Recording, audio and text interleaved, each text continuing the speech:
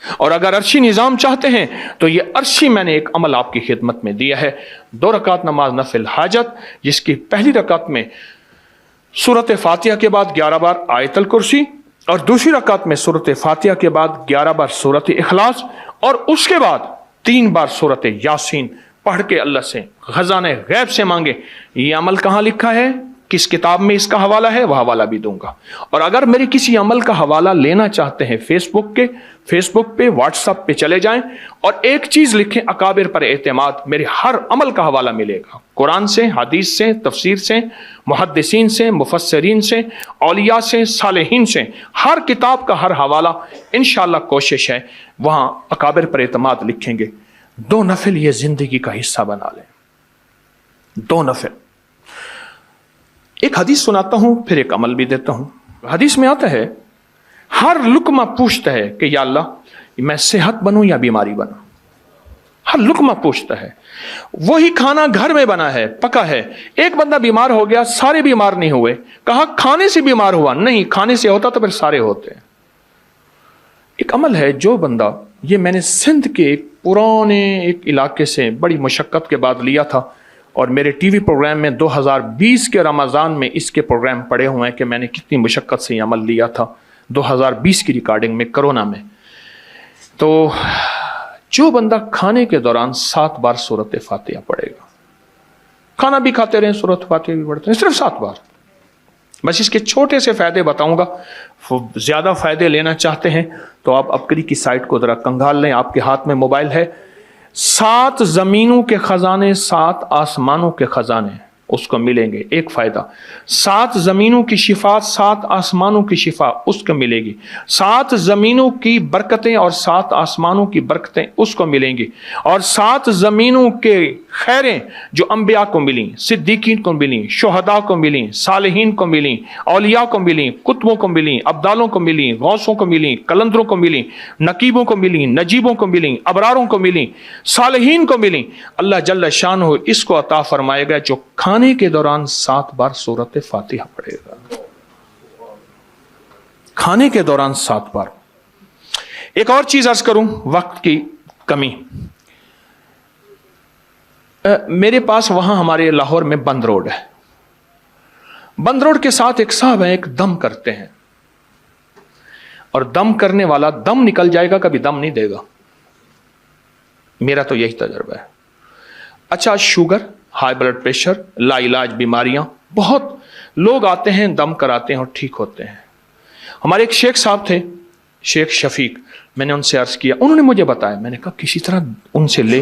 کہنے لگے جی بابا بڑا ڈاڈا ہے، تگڑا ہے، وہ کسی کو دم نہیں دیتا، کہتا ہے پیسے نہیں لیتا، بس دم کرا جاؤ، اور بندے ٹھیک ہو جاتے ہیں. میں نے کہا کوشش کر، پکا شیخ بن جا. اس نے کوشش کی. قدرت کا نظام یوں چلا کہ کسی کو فائدہ ہوا. اس نے کہا بابا جی مانگو، کیا مانگتے ہو؟ کہنے لگے مجھے عمرہ کرا دے. ٹھیک. جب عمرے پہ جانے لگے تو اپنے بیٹے کو دم دے کر گئے کہ بیٹا لوگ آئیں گے، ان کو یہ دم کر دینا. وہ دم پیش کرتا. اور میں نے ابکری میں لکھا آج سے کئی سال پہلے، جو لوگوں کو فائدہ ہوا، جو لوگوں کو رزلٹ ملا، جو بندہ تہجد کے وقت نفل پڑھے، رمضان میں بھی اور غیر رمضان میں بھی، رمضان کے بعد بھی، جو یہ نفل پڑھے اور اس نفل کے پڑھنے میں اور اللہ جل شانہ کو ان 2 صورتوں کا وسیلہ دے کے دعا کہے اور جو مانگے اللہ عطا فرماتے ہیں. یہ 2 نفل بہت بہت کمال نفل ہیں. انسان کو ٹھوکروں سے بچاتے ہیں، مشکلوں سے بچاتے ہیں، ناکامیوں سے بچاتے ہیں.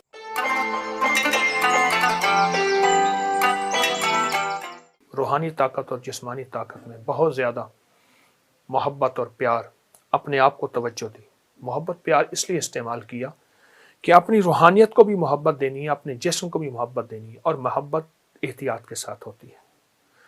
اور محبت کے لیے آپ نے اپنے جسم پہ اور اپنی روح پہ توجہ دینی ہے.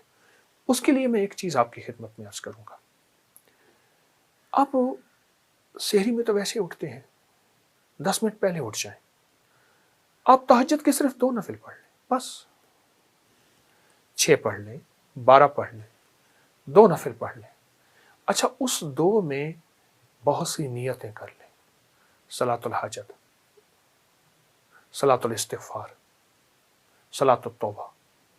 مولا جو زندگی پہلی گزری اس پہ ندامت، جو زندگی پہلی گزری اس پہ توبہ، جو زندگی پہلی گزری اس پہ استغفار۔ تو شہنشاہ ہے، تو کریم ہے۔ تہجد تو ویسے ہے، تہجد تو ویسے ہے، اس کو صلاۃ الحاجت اور صلاۃ التوبہ اور صلاۃ الاستغفار۔ اچھا اگر میں ایک عمل بتا دوں، اگر آپ صلاۃ التوبہ اور صلاۃ التہجد اور صلاۃ الاستغفار میں پہلی رکعت میں سورۃ الکافرون 11 بار، دوسری رکعت میں سورۃ قل هو اللہ، سورۃ الاخلاص 11 بار، اللہ اکبر، بہت طاقتور عمل ہے۔ فرمایا جو بندہ تہجد کے وقت نفل پڑھے، رمضان میں بھی اور غیر رمضان میں بھی، رمضان کے بعد بھی، جو یہ نفل پڑھے اور اس نفل کے پڑھنے میں، نفل پڑھے اور اس نفل کے پڑھنے میں، یہ نفل میں سورۃ الکافرون اس میں شامل کرے، پہلی رکعت میں 11 اور سورۃ قل هو اللہ پہلی رکعت میں 11، اور اللہ جل شانہ کو ان دو صورتوں کا وسیلہ دے کے دعا کہے اور جو مانگے اللہ عطا فرماتے ہیں۔ حتیٰ کہ یہاں تک کہہ کے فرمایا کہ یہ نیت کرے کہ یا اللہ دائیں ہاتھ میں سورۃ الکافرون اور بائیں ہاتھ میں سورۃ اخلاص کے نقش لکھے ہوئے ہیں اور لکھی ہوئی صورت، اور میں تجھے ان دو صورتوں کا واسطہ دیتا ہوں کہ مولا میرے اندر پاکی نہیں، میرے اندر معصومیت نہیں، میرے اندر خطائیں ہی خطائیں ہیں، تو پاک ہے، تیرا کلام پاک ہے، تو مطہر طاہر ہے، اور میرا مولا تیرا کلام طاہر مطہر ہے اور پاک ہے۔ اے اللہ اس کلام کے صدقے میں مجھے یہ مراد عطا فرما، میری یہ مشکل حل فرما، میری یہ پریشانی دور فرما۔ اور اس کے علاوہ یہ صورتیں خود آپ کے ان مسائل کا بھی حل ہے جو زندگی میں چل رہے ہیں، کیونکہ سورۃ الکافرون اور سورۃ اخلاص، سورۃ قل هو اللہ، یہ جادو کا علاج ہے، یہ بندشوں کا علاج ہے، یہ ناکامیوں کا علاج ہے، یہ مشکلات مسائل کا علاج ہے، یہ نظر بد کا علاج ہے، یہ انسان کو ٹھوکریں نہیں کھانے دیتی، سورۃ الکافرون ٹھوکریں نہیں کھانے دیتی۔ جو شخص یہ کہتا ہے میری زندگی میں ٹھوکریں لکھی ہیں، اس شب کے مقدر میں سحر ہے ہی نہیں، دیکھا ہے کئی بار چراغوں کو بجھا کر، ٹھوکریں ہیں، اس سے کہیے گا یہ تہجد کا عمل کر لے۔ آپ کو پتہ ہے کہ آپ نے دوسرے سے چھٹے روزے تک سات سلام کا عمل بھی کیا، کریں گے، آج بھی کریں گے، اور بہت طاقتور عمل ہے 7 سلام کا، قرآن پاک کے 7 سلام ہیں، اور بہت حیرت انگیز عمل ہے، صدیوں سے آزمودہ عمل ہے۔ مشکلات، مسائل، ناکامی اور پریشانیوں کے لیے اس عمل کو نہیں چھوڑیں گے، اس عمل میں توجہ کریں گے، اس عمل کو پھیلائیں گے۔ وہ عمل تو انشاءاللہ آپ کر رہے ہیں 7 سلام کا، اور یقیناً اس میں برکت اور خیر ہے، یقیناً اس میں راحت اور رحمت ہے، یقیناً اس میں عطا آپ لے چکے ہیں، آج کے چوتھے روزے میں آپ لے چکے ہیں، اور 7 سلام کا عمل آپ کو علم ہے آپ نے دوسرے روزے سے شروع کیا تھا، اور چھٹے روزے تک انشاءاللہ یہ چلے گا۔ لیکن ساتھ یہ جو نفل میں نے بتائے ہیں نا، یہ دونوں نفل بہت کمال نفل ہے، انسان کو ٹھوکروں سے بچاتے ہیں، مشکلوں سے بچاتے ہیں، ناکامیوں سے بچاتے ہیں۔ پھر اللہ کو اللہ کے کلام کا واسطہ دیں گے کہ مولا میں تو کچھ نہیں، نہ میں سنی نہ دولت پلے، کیوں کر یار مناواں ہوں، اے دکھ سنو ہر دم روسی، روندی ہی مر جاواں ہوں۔ اللہ کو اللہ کی کلام کا واسطہ دیں، بڑا شہنشاہ کریم ہے، قبول کرتا ہے۔ سوچیں، رب ہو، سورۃ الکافرون، سورۃ اخلاص ہو، تہجد کا وقت ہو، نفل ہوں، سجدے ہوں، اور پھر سحری کا وقت ہو، اور رمضان کی رات ہو، جس میں ہر رات میں فرشتے کہتے ہیں ہے کوئی مانگنے والا، ہے کوئی چاہنے والا، ہے کوئی لینے والا۔